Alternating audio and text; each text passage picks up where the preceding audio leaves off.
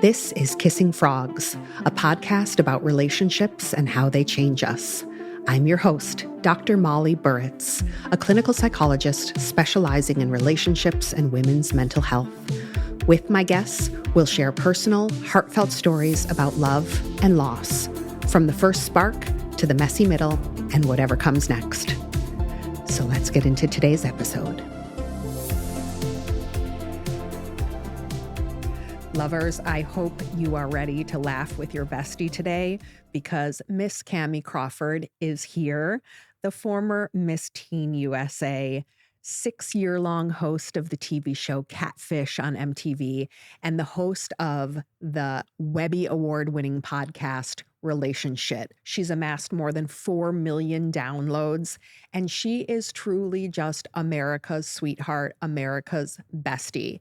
If you know Kamie, then you know that today's episode, you are in for some laughs, you are in for some phenomenal energy, and she's coming with her advice. So if you are someone who is kissing a lot of frogs, but you want to be in the right relationship, she's got advice for you. And she is just like the epitome of someone who learned the lessons along the way and gave herself the time to find the love of her life. So I welcome you. I hope you enjoy this conversation as much as I did. Welcome, Kamie Crawford. Kamie Crawford, I have been looking forward to this day. I love talking to you. Well, this is our third time sitting down. I know. America's bestie is what I like to call you. Thank you. You know, you have had so much TV experience, so much hosting experience. Your podcast won a Webby. Crazy. I can't believe you're here. I'm like, what? I am in celebration mode. As soon as you told me you were starting a podcast, I was like, I'm there. I said immediately. And you showed up. You showed up. I'm here. And the timing is phenomenal because, girl, you are getting married. It is so crazy. Nobody prepared me. I've been literally shaking all of my past bride friends. And I'm like, why didn't you tell me that wedding planning? Can I curse? Oh, yeah. Why didn't you tell me that wedding planning is this fucking insane? Yeah. Nobody warned me. Yeah. They don't warn you. It's one of those things I say it's kind of like, well, very different. All the moms are going to be like, goodbye, turn this off, turn this episode off. But like, you know, they say like, you can't prepare for like motherhood. You can't, nobody can tell you what it's going to be like. You kind of have to experience it yourself. Yes. It's similar with weddings. Like if you're not in wedding planning mode, you don't, or you're not like a wedding planner or you work with brides or whatever, you don't know all of the little intricate details and all of the little things that have to be planned and all of the, you need to check out this designer. You need to look at this venue. I didn't know anything about this shit. Yes. I just know what I like and what I don't like. But anybody who knows you, I'm going to keep it real. Yeah. Knows that you were going to do the most. Correct. The most. Correct. My trainer said that yesterday, actually. He was like, because I was complaining about having to do a workout. And he was like, how many dresses you have? I know it's at least 3. And I didn't even say anything. Someone was like, you literally like, cat's got her tongue. She can't say anything. I'm like, because it is 3. Yes. He was like, okay, for now. So do that arm workout. Yeah. Like, oh, yes. Okay. It's 3 for now. We'll see. For now. We'll see. We've still got some time. TBD. Yeah. Could be 4. Yeah. We will TBD on that. Come back to it. I'll talk to you in a couple months. Yes. We'll see how that goes. Please. Oh. So, you know, here on Kissing Frogs, we talk about the messy middle of people's relationship history and lives. We talk about the mistakes that they made, what they learned from them, hopefully. Yeah. And where they are now. Yes. And, you know, I know a little bit only through social media of your history with your fiance. I know very little about your relationship history. Oh, so there was frogs for sure. There were some frogs. Yes. Yes. Well, what I know about a woman that's as dynamic as you is when you're a dynamic person, you have a dynamic history. Yeah. Right? Yeah. Because that kind of experience shapes someone into who they are. For sure. And now you're in a really solid place. Yes. Really happy. Yeah. Yes. And doing the most for something that matters a lot to you. Yeah. So I wanted to ask you, you know, can you tell us, like, what was your frame of mind when you met your husband? What kind of place were you in your life when this was getting started? I love the word husband. I'm like, I can't wait to say it. I realize I need to call him your fiance. No, but, I'm like I'm a little ahead of myself. Who knows? Like by the time this comes out, maybe That's true. Maybe he will be my husband. When I met my fiance, soon to be husband, I was in a really free place for the first time in many years. I had gotten out of a 5-year-long relationship with the man who I thought was going to be my husband. Okay. Thank God he was not. Okay. But I had been single. I was like, I want to be single for at least a year because in the past, even before that relationship, I've been a serial monogamist my whole life. Okay. Since I had my first boyfriend in the 8th grade. In the 8th grade. 8th grade, first boyfriend.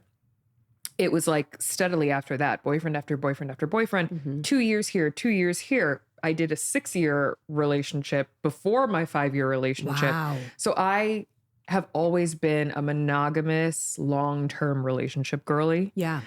And so when I got out of my last relationship, I was like, I want to be single for at least a year. Like I feel, and I've said this before, I don't say this as a flex, but I do get snatched up very quickly.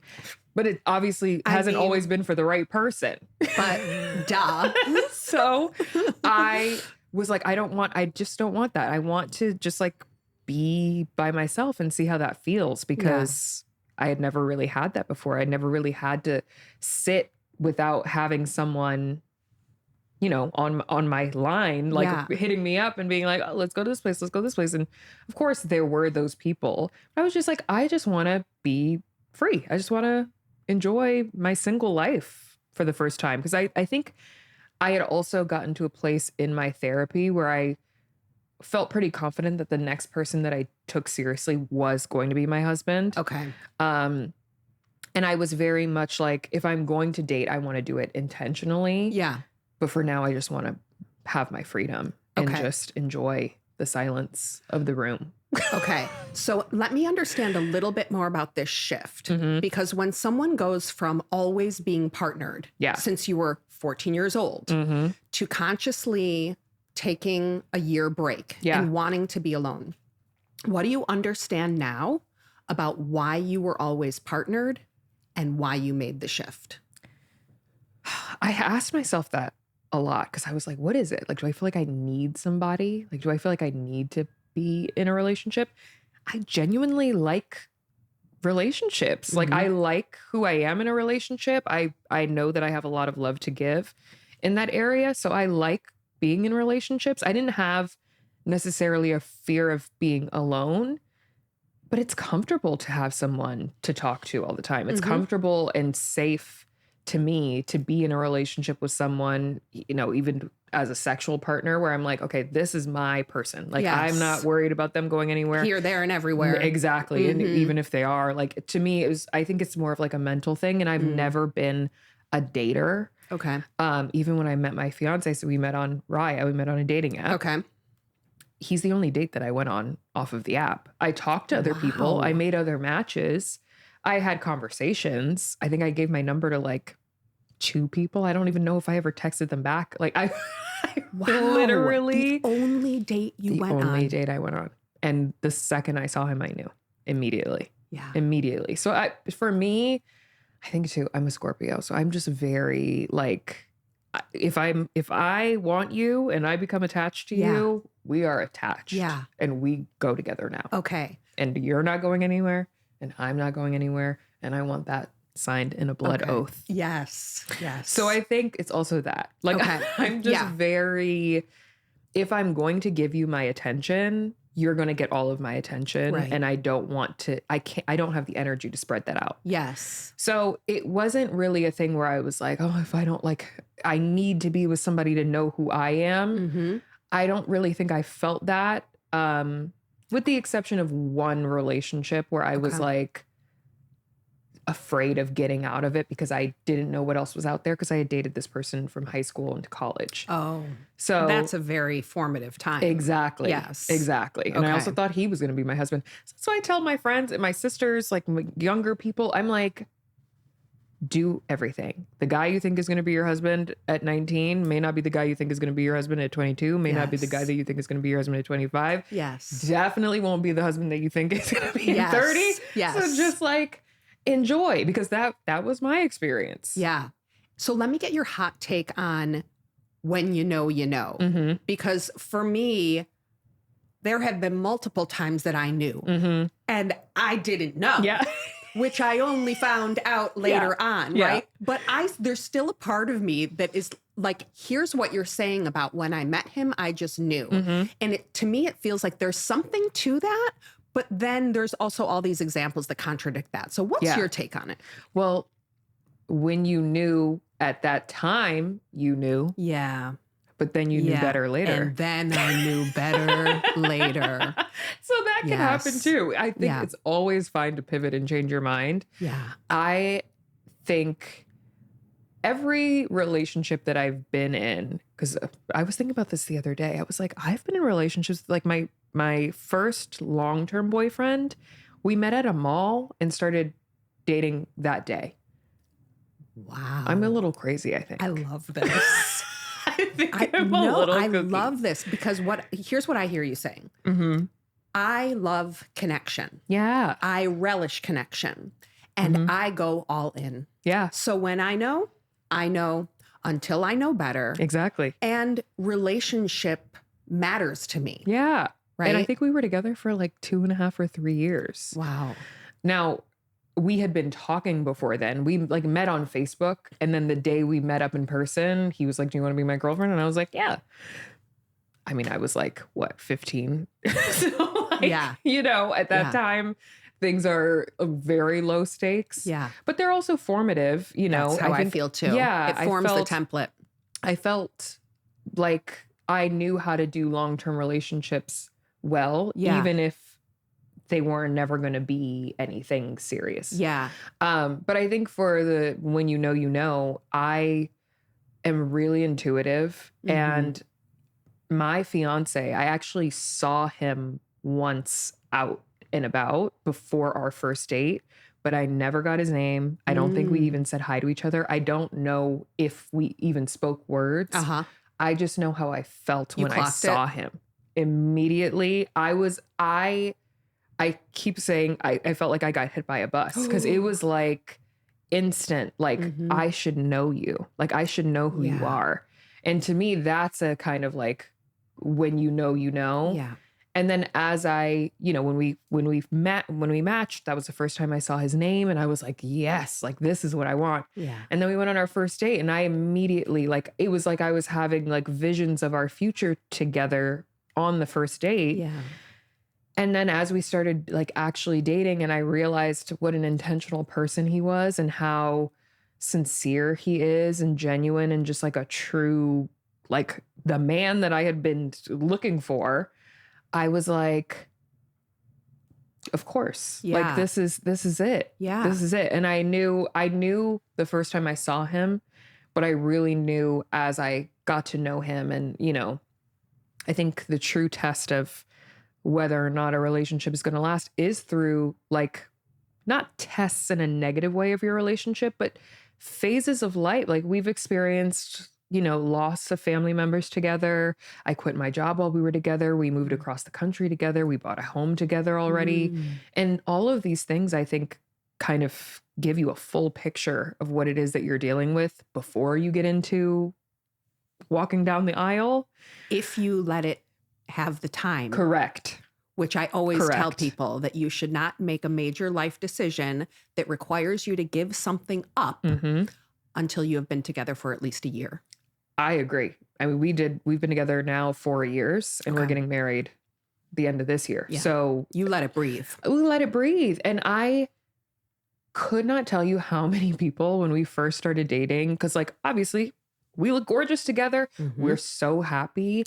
But even the people in my life, my parents, my sisters, they're like, when is he going to propose? When is he going to propose? I'm like, it's only been a year, guys. It's only been a year and a half, guys. It's only been 2 years, guys. It wasn't until year 3 where I was like, all right, I'm ready. Because we had, you know, done the bi-coastal move from LA to New York together. And I still have my place in LA. But I was like, if I'm going to pick up any ounce of my life and move with you anywhere. Yeah. If I'm going to pack a single suitcase and leave a bag of clothes in an apartment, let alone a whole closet, I need to know like what our plans are. And even though we've always talked about it, it's like that added pressure from society and people asking you, you know, when people see a happy couple and you're not married, they want to know, well, when do you think when do you think? And they always ask the woman. They always ask the woman. And I'm like, why the fuck do you think I know when he's going to propose? If I knew when he was going to propose, I would have planned the proposal myself. He did a great job because he had excellent planners, aka my sisters. But like, I don't know. Yeah. I don't know. Yeah. If you're in a heterosexual relationship with a man, you don't know when he's proposing. And I would hope that you're not the one proposing as the woman. Yeah. Please. Yes. Don't give me a heart attack. You're dropping so much wisdom here that I need to come back. And my earrings. I just dropped my earrings. You're working hard, girl. You're working hard. Yes. So you really knew your worth to know that you were not going to compromise your safety or something important to you, your security, until you had a clear vision of what was going to happen in this relationship. And I think so many women, and I think especially younger women, because they haven't had time to learn yet. Yeah. We are afraid to ask where we stand and where the relationship is going. We receive all kinds of messages that we need to be passive, let him take the lead. You don't want to pressure him. Yeah. And then we find ourselves in position where we're having to make big decisions about our life without knowing where we stand. Yeah. So please tell everyone what you think about how you assess where you're at in a relationship. I think if you are, here's my advice to women especially. If you are in a situation where you're not in the relationship yet and you are in the dating stage, as far as I'm concerned, if you haven't asked me to be your girlfriend or to date intentionally to become, you know, in a relationship, I'm single. Yes, that's step one. So we're not talking about those people. Yes. You're still single. Thank you. Yes. Until they put a title on it and lock you down, you're single. But you need to hear that. You need to hear that first. Yes. Don't just be Some of y'all living need around, to hear that. living around and walking around like, oh yeah, I think, you know, we're basically boyfriend, girlfriend. You're not basically anything. You're basically single. Yes. If you have to use the word basically, then you're not there. You're single. Yeah. So you should just get back on that app and keep swiping because that person's not serious about you. If they were serious about you, they would make it happen. Yes. So that is a different story. When it comes to like even that conversation of becoming boyfriend and girlfriend, when my fiance and I took that next step, which again, I didn't ask. He told me when he wanted me to get off Raya. We got off Raya. We deleted the apps. He told me when he wanted to intentionally date for our future. He didn't say, will you be my girlfriend? Because he knew that I had already said that I'm too grown to be anyone's girlfriend again. Yes, that is a blanket title that like, of course, like, yes, I would address him as my boyfriend when that situation arose, but I did not want to be another girlfriend again. I didn't want to be 5 years a girlfriend, 3 years a girlfriend, 2 years a girlfriend. Been there, done that. Didn't want to do it again. I've done it a million times. I've been there, done that. Got my t-shirt, had a great time, rode all the rides. I was ready for the next step of my life. And so that conversation that we had, he was very like, he didn't say, will you be my girlfriend? We're also in our 30s. Like, come on. I don't want to hear that. I don't want to hear that. I think it's cute. Like maybe when you're senior age to have a little boyfriend or, you know, a girlfriend at the nursing home. Yeah. After 27, I don't have time. So he said, he was like, you know, I see a clear vision for our future together and I would like to start that with you now. Like if you'll have me. I was like, yeah. Write that down. Yes. Put it on a Hallmark card and mass produce because that's what you need to say. Much more intentional and clear than will you be my girlfriend? That's fine. But he knew what I wanted. Yes. He knew what mattered to me. And he provided it. And he provided that. And then throughout the course of our relationship, we have conversations about the future very openly and plainly, what our expectations are. What do we want? where do we see ourselves in X amount of years? Like we were having these conversations, honestly, on our first date. He was like, where do you see yourself? We went on our first date. I was almost 30. He was like, okay, you're going to be 30 this year. 10 years from now, you're 40. What does your day look like? And I thought that was such a great question because it really gives you kind of like a look into someone's mindset of what it is that they want out of their future. Do they have a family? Do they have kids? Like without being like, so do you want kids? Right. What's your life like? Yeah, it's a much more open-ended, generous question. Yes, right? Exactly. So we were having conversations like that already. And then the year that he proposed, at the top of that year, we had like a sit down after New Year's. I think that's like a great time to do it. We had like done the vision boarding and we were like, okay, where do we want to be by this time next year? Like, what are we looking for? What are our plans together? And we talked about it. He knew what I wanted, engagement or nothing. You either do this or I can be free again. Yeah. Yeah. We can do whatever we want to do. I don't think you can ever be too afraid to voice the true feelings and desires of your heart with someone. This is such a strength of yours, is that you have the self-assuredness to know your worth. What would you tell a woman who feels afraid to ask these questions and find out what the direction of the relationship is? What do you want to tell her? Closed mouths don't get fed. Don't ask, don't get. And someone will literally sit and have you. You could be the most beautiful, sparkly treasure in all of the land. And someone will hold you and keep you in a little cardboard box on the back of the shelf for as long as it takes because you've never stated that you care about having more than that.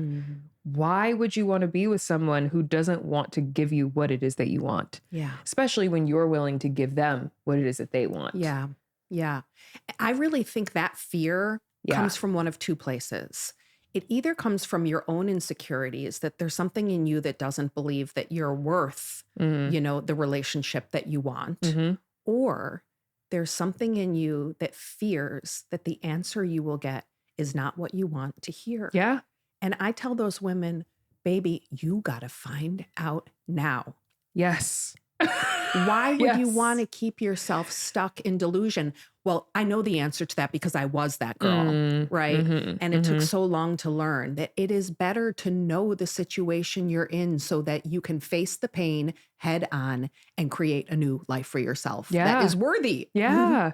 I had an ex who every time people would ask him like, so like, what do you think you're going to propose? Blah, blah, he would get angry.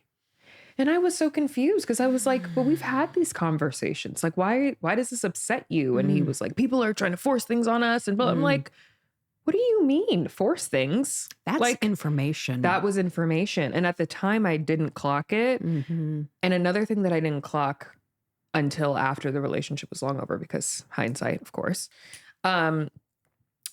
I had never actually thought about or visualized a future with him. Oh. I had never visualized a future with any of them. My fiance is the first person that I dated where I was like, I can see so clearly. And maybe it's also because he was so clear. Yeah. Like it was a shared vision. Yeah. It wasn't like I was waiting for him to tell me what we were going to do. It was like, what do we want to do? What do we want to accomplish? And that's how our relationship is just in general. Yeah. And so, yeah, that was also kind of goes back to the when you know thing of like, I knew because I could see it. Yeah. But sometimes the vision is not clear. Yeah. Sometimes you can't see it. Yeah. And because you're not supposed to. Right.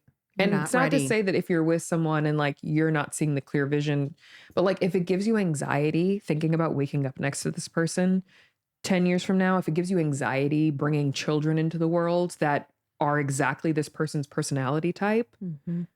I saw, and I keep referencing this podcast, or someone was speaking and they were saying that if someone told you that you reminded them so much of your partner, how would that make you feel? Or if someone told you that your kids remind them so much of your partner, how would that make you feel? Let me tell you something. I wouldn't want kids or to be related in the same sentence as a lot of my exes. Yeah. You know? But with my fiance, I'm like, I want all of our kids to be exactly like you. Yeah. Like he's just, with the exception of a few things, he's very loud. He's an Aries and he's from Philadelphia. So he's a very loud man. He chews loud. He laughs loud. Like I love those things. Sometimes, not the chewing, but the laughter. Yeah, for sure. Well, there's got to be some flaws that you can find. Otherwise, you're in Delulu land. Correct. Oh, right? Yes. But what I'm hearing is like, you really respect him. I do. And you admire him. I do. He's just so, and I'm in my luteal phase, so I might cry. Hopefully not. But he just is such a genuine person. Like he's just, I want to be around him all the time. I've never had that before either. Yeah. Like I love my space. I love my space. I love being alone. But I love being alone together. Like parallel activities. Always. Always. He could be in the next room. I just love to know that he's there. Yeah. You know? Absolutely. I know that feeling. Yeah. Yeah. Okay.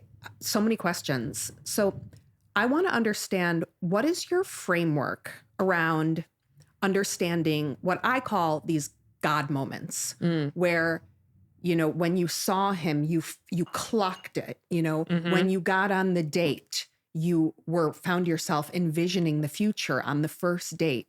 What is there a spiritual framework or a way that you understand these moments? How do you make sense of this? I think it's funny because literally the week that we went on our first date, I was on a podcast and we were talking about dating, and I was like, I just went on a date with a guy that I literally could envision myself pushing out our first child, like in the hospital together. You said it on the podcast. I said it on the podcast. And the host was like, shout out to Violet. She was like, you sound absolutely insane. And I was like, I know, but I don't know. Like I could just see it. I have always been someone who, I don't want to say that I'm psychic or that I can see into the future, but I have very strong intuition. I have very, like I've been in situations and places and spaces where I've entered and I've been like, this is not a good place. Like we have to leave. Yeah. Or like, you know, when we were touring homes, like homes where you're feeling like, this is not, like the energy is bad. I also feel that way about people that I come into contact with. I meet a lot of people. Yeah.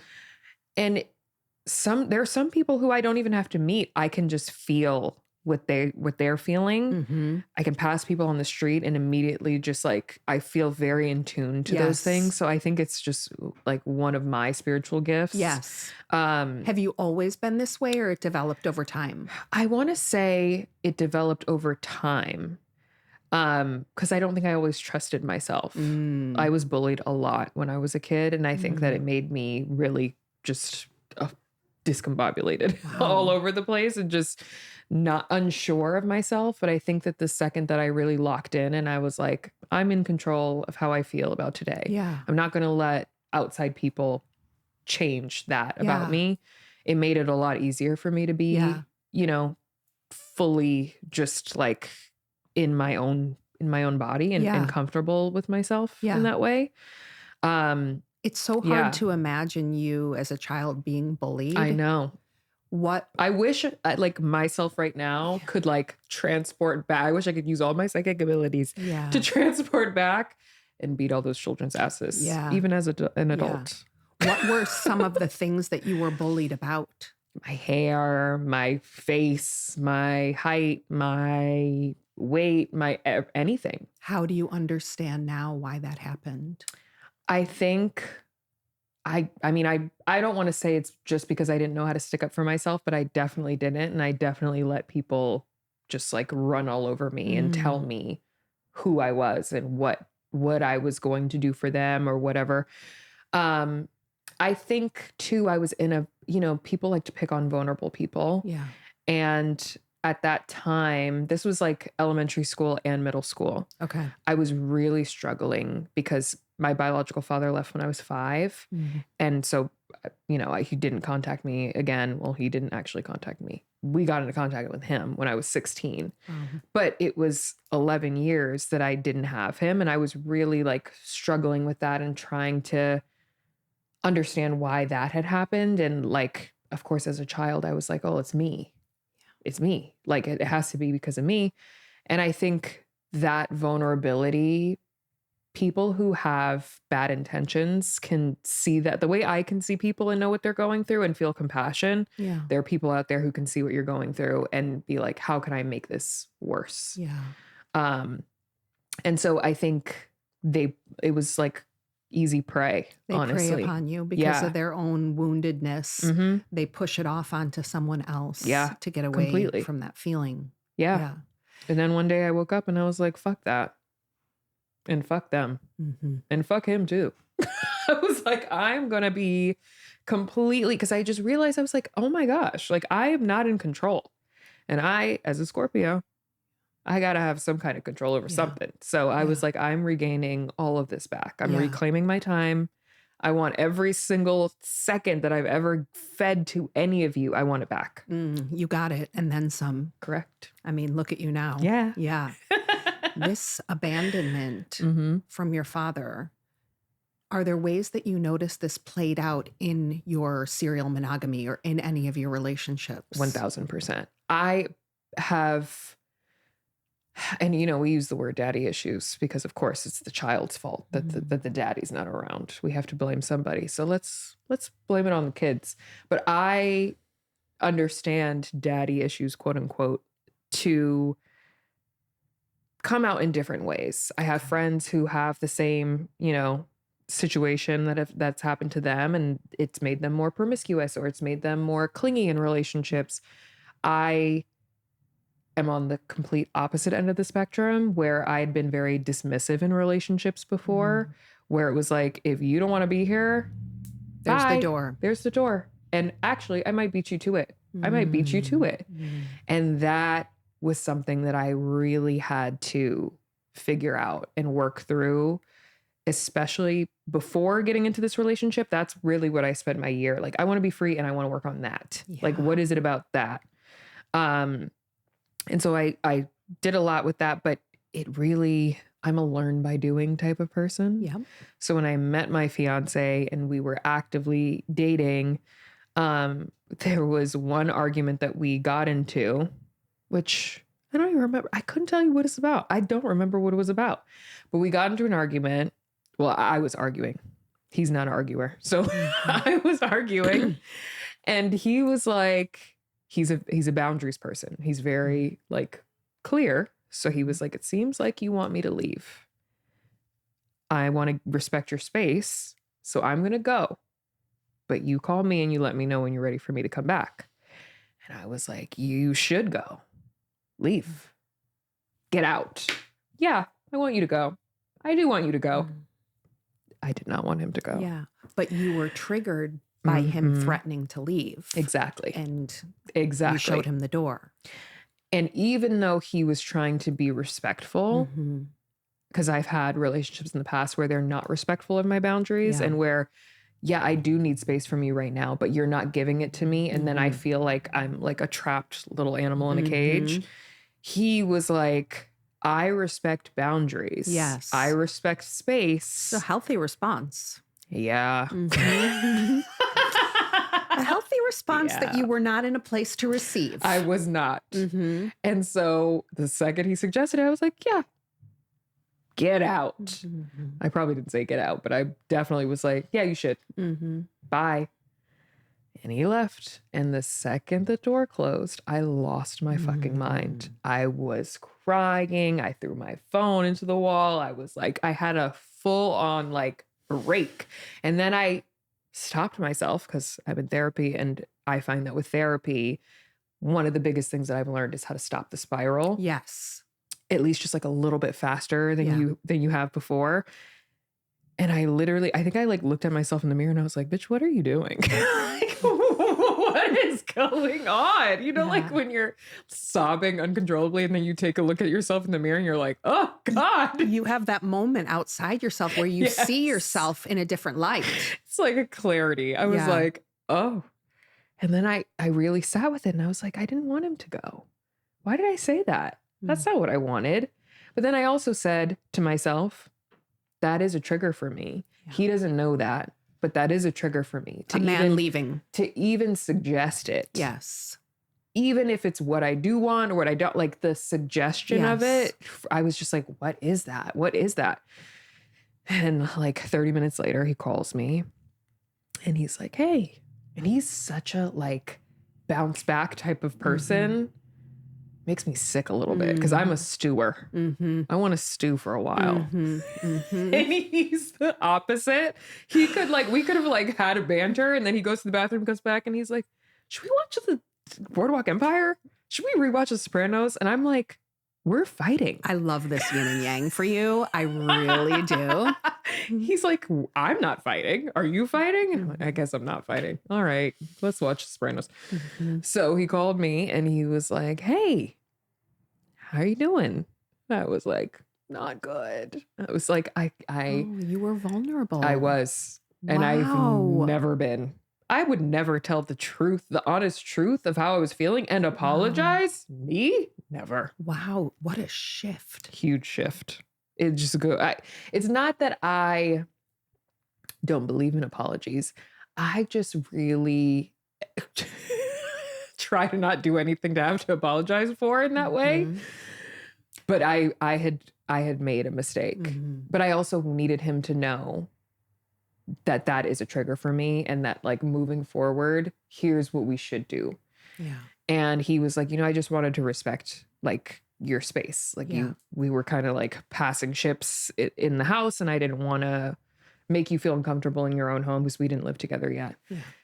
And I was like, no, I appreciate that and I respect that. But like, I'm going to try my hardest to never ask you to leave again. Like to never even say that that's what I want, because it's not what I want. Yes. It's never going to be what I want. It's never going to be what I want. Yeah.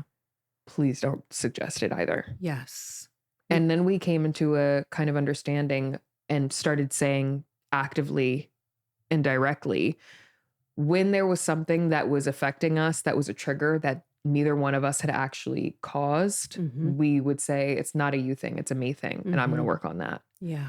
And it's only happened a few times in our relationship, but it really has been helpful because, when you're, say he's having a bad day, and I can internalize things very quickly and be like, did I say something? Did I do something? It's not you. It's me. Yeah. I'm dealing with something. I'll come to you when I'm ready to talk about it. Yeah. Just communication. Yes. That's your shorthand of an old wound is being activated right now. I'm not logical or in my right mind. Yes. So I can't be held accountable. And so I need to remove myself from this situation. Yes. It's your shorthand. Yeah. Yeah. Or just talk about it later. Yeah. We don't have to talk about it now. We can talk about it later. Being forced into conversations is not something that I enjoy. Yeah. I don't think he enjoys it either. So like, especially if it's not about either one of us. Yes. Of course we want to be there for each other when we're going through something, but sometimes you're just not in a position, maybe I need advice on something and I'm actually not in a place to receive advice from you right now. You're not ready. Right now, yes. I want to pout and I want to be upset about it. And then when I'm ready, we can talk. Yes. I love what you're describing. And I really want everyone to pay close attention here, because you took some time to be on your own and you worked on the part of your wounds that you could attend to by yourself. Yeah. And then what I always say is about 30% of anything that we're injured by, we can only heal in the context of a loving, secure relationship. Yeah. And those are the things that they don't get triggered until we are with the person that we care about the most. Oh, yeah. The person that we feel the most vulnerable with. Yeah. We don't get to face that part of ourselves until we are our most vulnerable. Yeah. And that's the work that has to be done in the context of a relationship. And Completely. It's why I don't get on board with this thing of you've got to be healed before you're ready to date again. No. It's not realistic. Yeah. It's just not realistic because you can be with someone and still have the same wounds, but they never come up in that relationship because you're never fully secure. You're never fully vulnerable. Like there's no reason to bring it up. And that person's not going to challenge you for it. Yeah. And they may not even be worth you working on it at that time. Yeah. You know? So I have been saying that since I met him, that like there are so many things that you think you're over and you think have been healed and you think have gone by, like completely gone, shipped off to sea.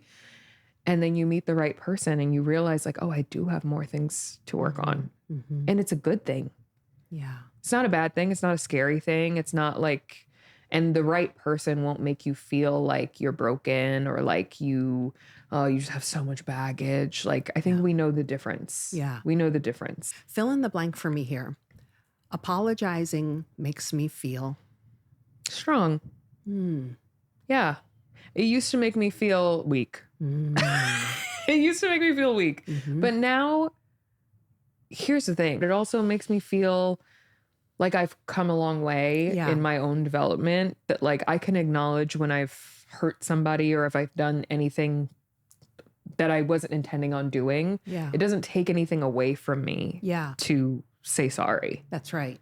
I also used to think that it took something away from me to like share information with my partner about little things would just really piss me off. I think it was a trust thing though. Yeah. These two themes, apologizing and giving information, the thread to me that seems to connect them. Me being a Scorpio?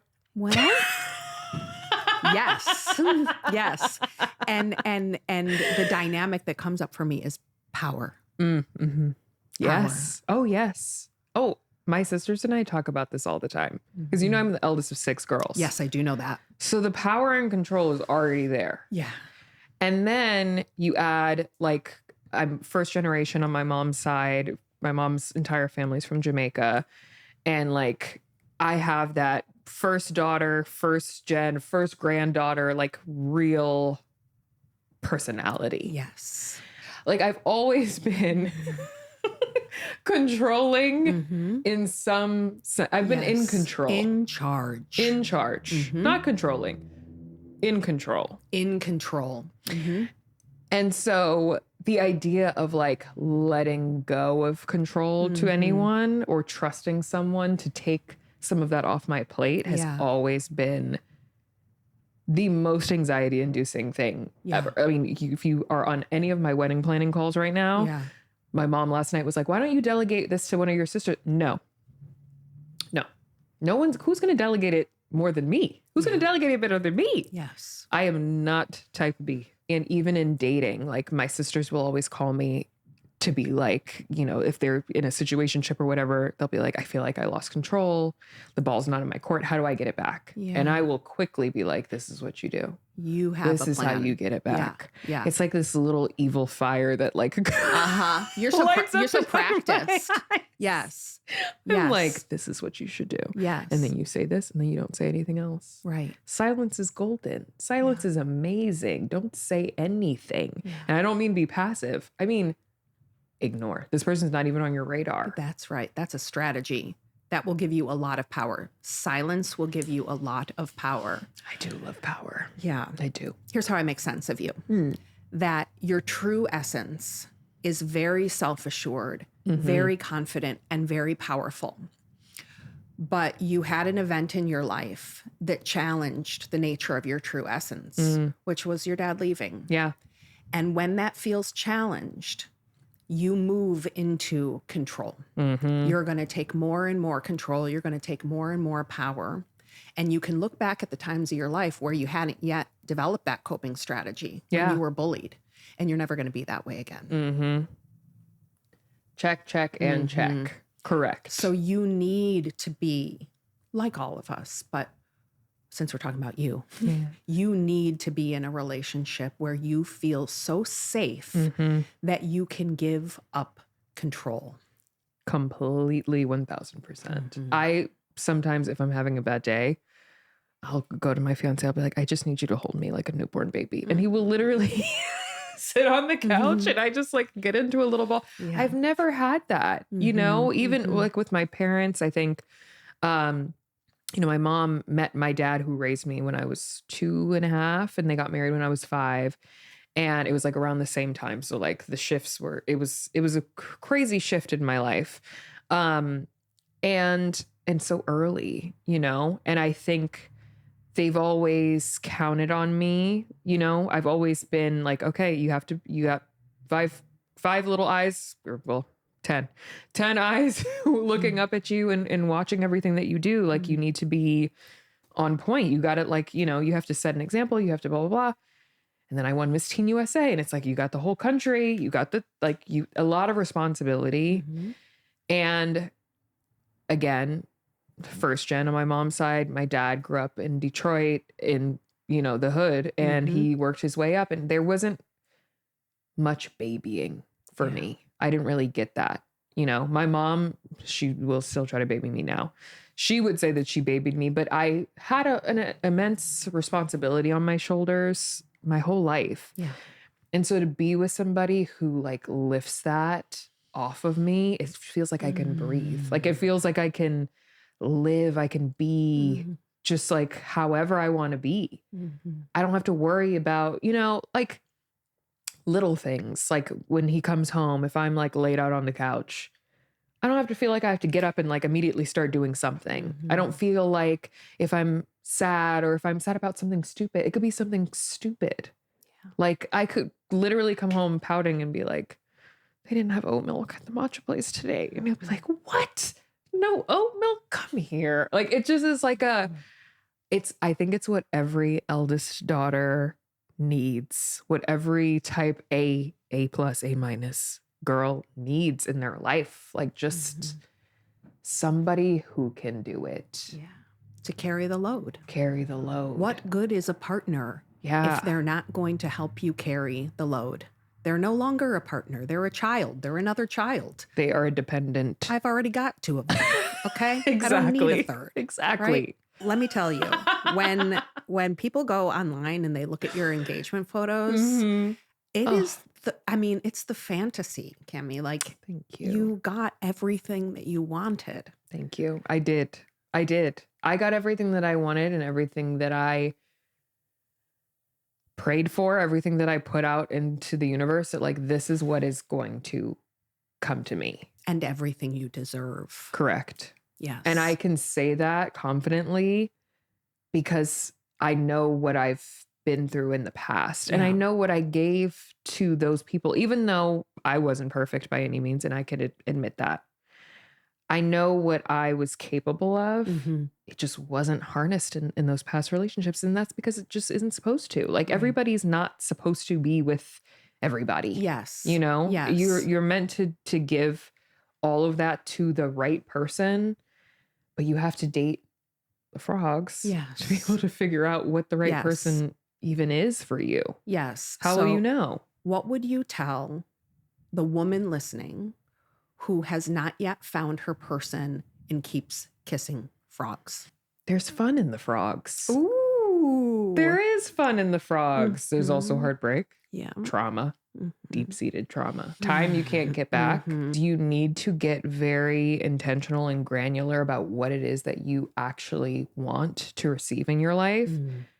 The character of the person that you want to receive in your life. I'm not talking about like, I want him to be 6'5", brown eyes, brown hair, blah, blah, blah. That is bullshit. Don't think about the physical. Nothing on my vision board said he has to be fine, bald, and 6'4" and gorgeous. That's just what I ended up with. I did a lot of good deeds in a past life that gave me that. But get serious about, like, on my list, it said he has to be a leader, a true leader who has a vision for me, for us, for our future, for our goals. Get very serious about what it is that you want. I said, you know, that he has to be family oriented. He's got to have, you know, I want children. Obviously, I want children in my life. I have the whole list on my phone. It was like 35 things. Wow. And they were all about the character of the person. Character traits. Yes. Character traits. I said someone who makes me feel like the most beautiful woman in the world, even if I'm not feeling it that day. Someone who makes me feel sexy and fun and cool. One of the biggest ones for me was like, I need someone who makes me feel like how I feel when I'm with my sisters.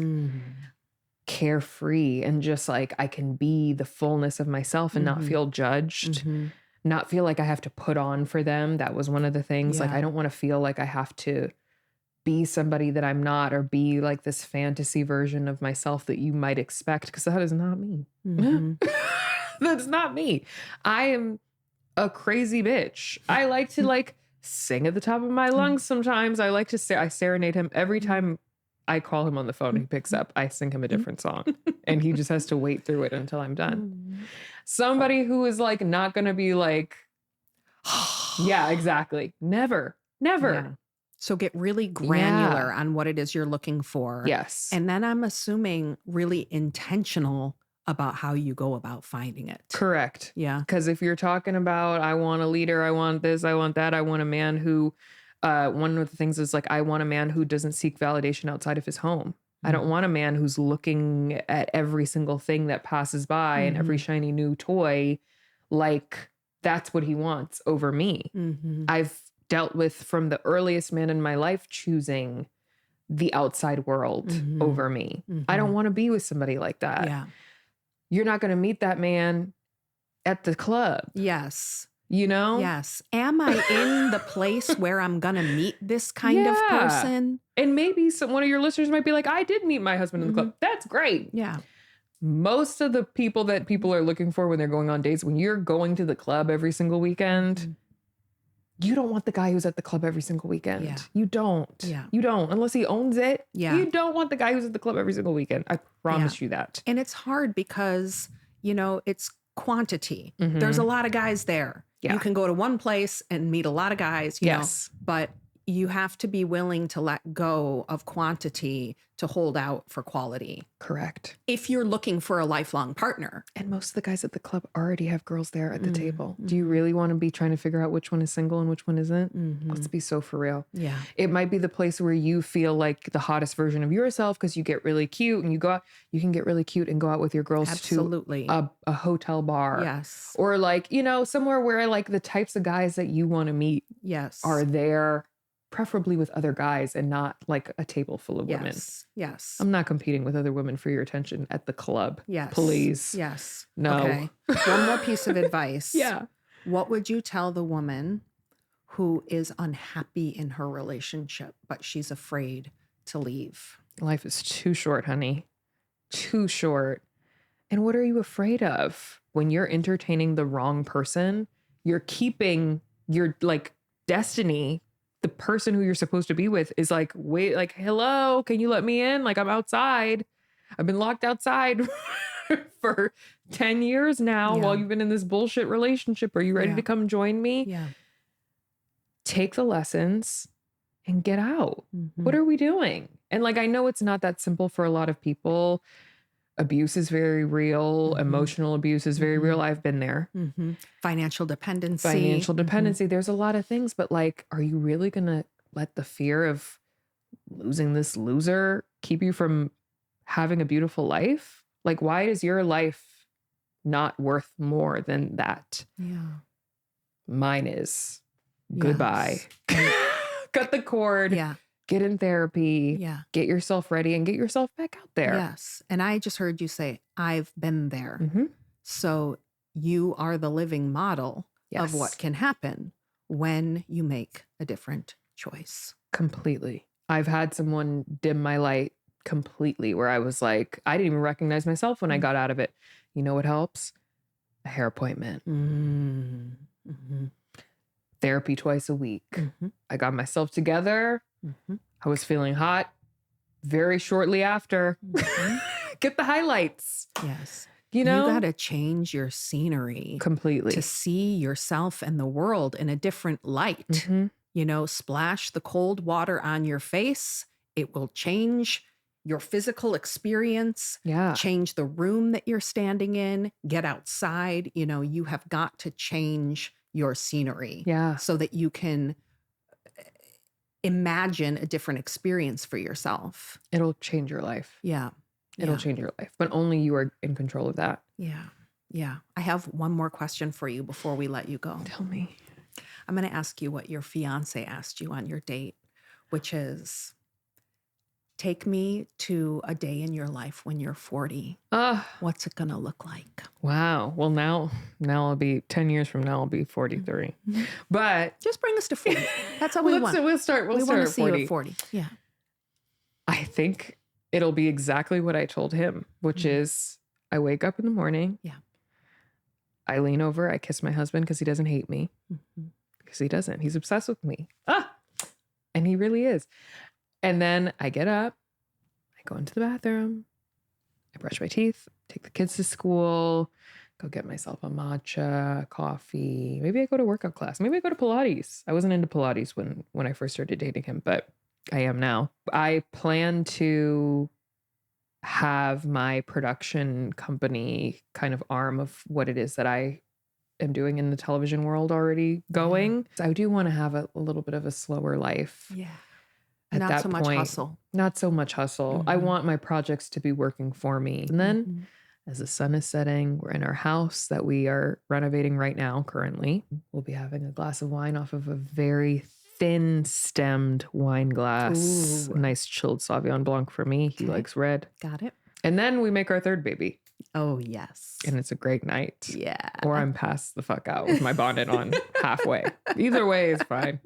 Yeah. But it's a beautiful life. It's a beautiful life. You know, you have created such a beautiful life for yourself. And what I know is like there's thousands of people rooting for you and your happiness. Thank you. I'm just one of them, a fan.